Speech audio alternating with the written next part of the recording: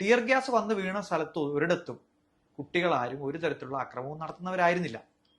അലജഡ് ആക്രമണങ്ങൾ നടന്നത് പോലീസിന് നേരെ നടന്നു എന്ന് പറയുന്ന സ്ഥലങ്ങൾ വേറെയാണ്. നമ്മൾ ചില വിഷ്വലിൽ കാണും. തപ്പിപ്പിടിച്ചാൽ നമുക്ക് 3-4 വീഡിയോയിൽ മാത്രമാണ് ഈ പോലീസുകാർ ഈ കുട്ടികൾ തള്ളിയിടുമ്പോൾ മറിഞ്ഞു വീഴുന്നതോ അല്ലെങ്കിൽ അവർ തിരിച്ചു തല്ലുന്നതോ ഒക്കെ ആയിട്ടുള്ള വിഷ്വൽസ് ഉണ്ട്. അങ്ങോട്ടല്ല ഇത് ഉപയോഗിച്ചത്. അതുകൊണ്ടാണ് അതേ ടിയർ ഗ്യാസ് എടുത്ത് കുട്ടികൾ തിരിച്ചെറിയുന്നത് നമ്മൾ കണ്ടത്. അപ്പോൾ എക്സസ് അവിടെ നടന്നിട്ടുണ്ട്. അത് എനിക്കൊന്ന് സുപ്രീം കോടതിയും പിന്നീട് അങ്ങനെ നിരീക്ഷിക്കുകയുണ്ടായി. ഈ മാനദണ്ഡങ്ങൾ പാലിച്ചിട്ടില്ല, ഡൽഹി പോലീസിന്റെ മാനദണ്ഡങ്ങൾ പാലിച്ചിട്ടില്ല. ഇതെല്ലാം നമ്മുടെ മുമ്പിൽ വളരെ വ്യക്തമാണ്.